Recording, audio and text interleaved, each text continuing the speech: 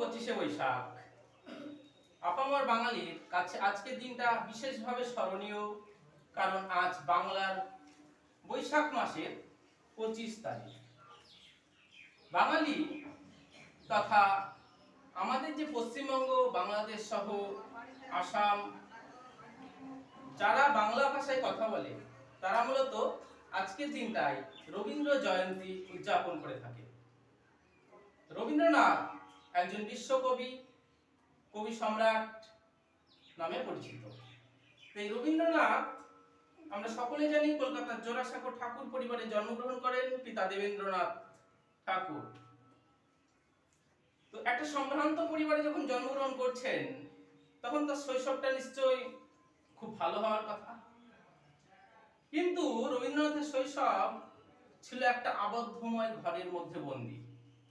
এই রবীন্দ্রনাথ মাত্র 8 বছর বয়সে তার কবিতা লেখা শুরু করেন তার দিদির হাত ধরে, এবং নিয়মিত 16 বছর বয়স থেকে তিনি বিভিন্ন পত্রিকায় তার কবিতা গল্প লেখা শুরু করেন।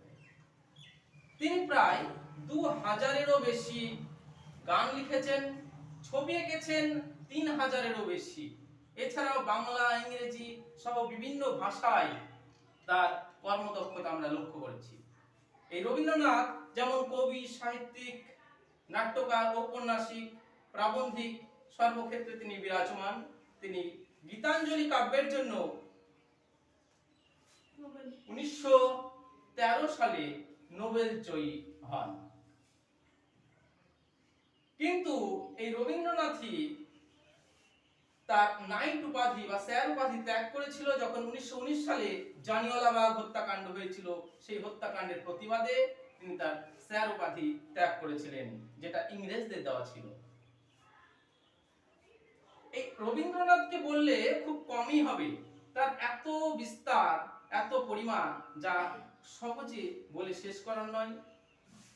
তার শিক্ষাগত দিক যদি আমরা দেখি খুবই ন্যূনতম, কিন্তু এই রবীন্দ্রনাথকে নিয়ে আজকে বড় বড় ডিগ্রি অর্জন হচ্ছে, মাস্টার্স সহ তারকে নিয়ে গবেষণা সবকিছু আজকে সম্ভব হয়েছে।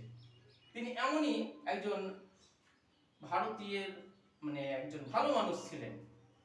তাকে আমরা অনুসরণ করব, আমাদের জীবনটা যেন সুন্দরভাবে সাজাতে পারি, এই জন্য তার অবদানগুলোর কথা মনে রাখবো, তাকে অনুসরণ করব, এইভাবেই আগামী দিন আমরা পথ চলবো। এই বলে আমার বক্তব্য শেষ করলাম। রবীন্দ্রনাথের উদ্দেশ্যে আবারও জানাই লৌহ প্রণাম।